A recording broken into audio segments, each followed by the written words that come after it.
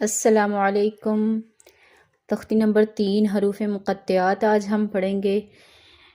اکثر آپ نے دیکھا ہوگا حروف مقطعات، ان کو ہم لوح قرآنی بھی کہتے ہیں۔ یہ ہم نے اپنے گھروں میں لگائے ہوتے ہیں، اور ان کو دیکھنا اور ان کو یاد کرنا اور پڑھنا باعث برکت ہے۔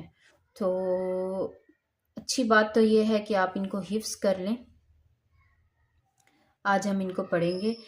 ان کے اوپر مد ہے، کھڑی زبر ہے، اور مد اور کھڑی زبر جن لفظ کے اوپر ہو ان کو ہم لمبا کرتے ہیں۔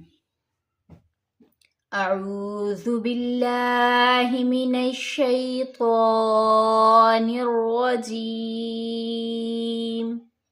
بسم اللہ الرحمن الرحیم۔ الف لام میم۔ لام کو بالکل میم کے ساتھ ملا کے پڑھنا ہے، رکنا نہیں ہے۔ الف لام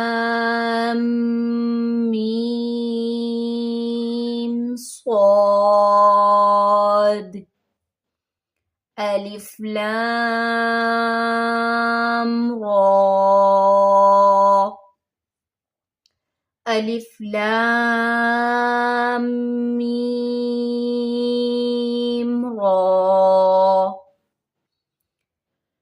کاف ہا یا عین صاد۔ طٰ سین میم۔ طاسین۔ یاسین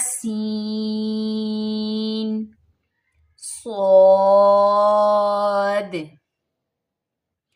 حامیم۔